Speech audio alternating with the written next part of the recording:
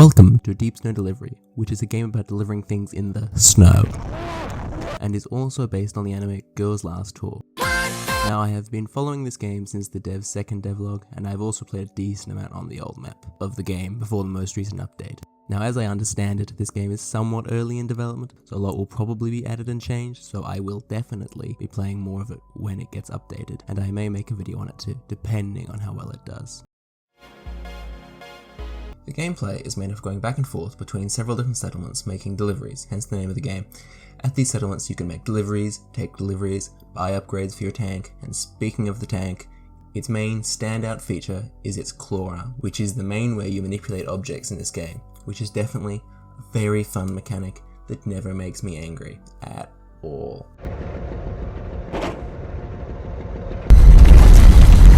I'm mostly kidding, it's a fun mechanic. Although I would like it if there was a zoom/finer control mode for when you are manipulating stuff in your basket container. What is this thing called anyway? But either way, having a more controlled way of moving things around in there would be nice. Also, this game has several characters, that being the claw operator, her brother, and the tank driver. As far as I can tell, they don't have names beyond that. And there are also 4 other characters at the settlements. All these characters currently don't do much, since there isn't much story yet. Other than that, they breathe some much needed life into the game, since I remember playing the game before this update, and it was a little depressing at times. Now, while playing the game, I noticed this leaving home delivery I could make to the Babel Tower, the giant tower in the center of the map. But as far as I can tell, you can't get to the tower in this version of the game. That being said, if I'm wrong, do tell me, because I really want to blow it up. Because several large parts of the map aren't finished yet, as is told to you by this little fourth wall break.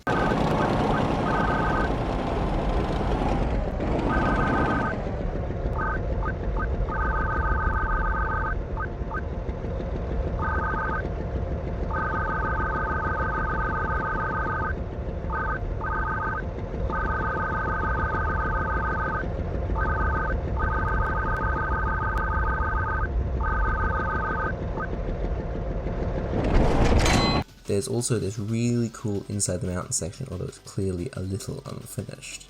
And while exiting this place, I managed to both tumble out off the ledge, getting some of my stuff stuck under the bridge.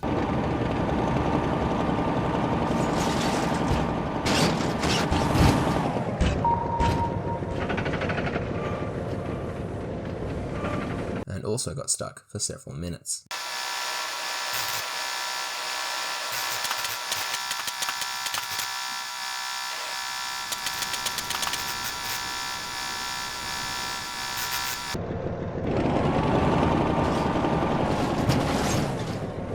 One of the upgrades for your tank in this game is a radio that plays a bunch of music, which I think is mostly, if not entirely, made by the community. And listening to the music on this radio while driving through a snowstorm is peak vibe.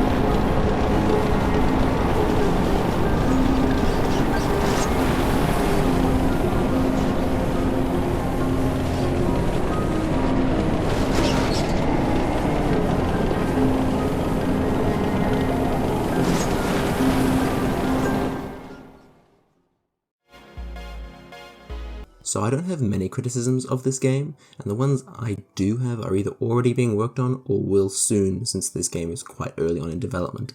But that being said, oh my goodness, the frame rate. Look, I have the settings relatively low, and my PC, although it isn't a supercomputer, is still pretty decent.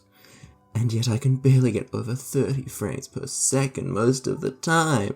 For reference, here's me playing Helldivers 2 at fairly low graphics settings. Now, I'm fairly sure the dev is probably already aware of this, so hopefully they will optimize the game a little better in the future. The only other small criticism I have is the fact that no matter how much of a beating your tank takes, it doesn't seem to care.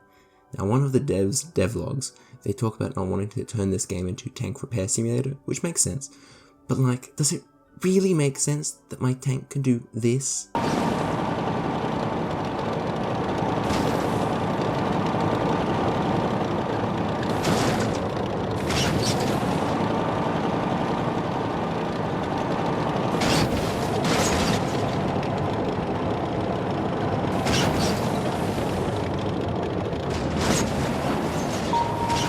And be completely fine? Maybe your tank could be damaged very slowly when it slams into things, and then gets slowly repaired automatically when you're in a settlement. A bit like the snow build-up mechanic. But either way, I'm sure the dev knows what they're doing. So I was originally going to talk about all my theories for why there is a snowy post-apocalyptic wasteland, like was it nuclear war, or a meteor impact, or something else entirely. But then I realized maybe it's the giant tower spewing out tons of ash and smoke into the sky, blocking out the sun. Yeah, that might be it. And we know it's doing that too, because during the night, the only time you can see the stars is when it stops doing that. So now the only lore question is, why is there a giant tower spewing out ash and smoke into the sky? Considering that the eventual ending of the game is you blowing it up, it would seem all the people living nearby it don't like it very much. So I have come up with 3 main theories on why there is a tower there. 1. It had some other purpose long ago, and it blocking out the sun was just an unintended side effect. 2. It was put here deliberately by some enemy country or force to block out the sun in this area. 3. Maybe thousands of these were put everywhere on Earth by aliens or something. Now there is basically no way to figure out if any of these theories are true at the moment. We will just have to wait for more of the story to be revealed in future updates, but I personally like the aliens theory the best. Now I don't have much else to say about this game, but it's very good, and I can't wait to play more as it gets updated. But anyways, go watch Girls Last Tour.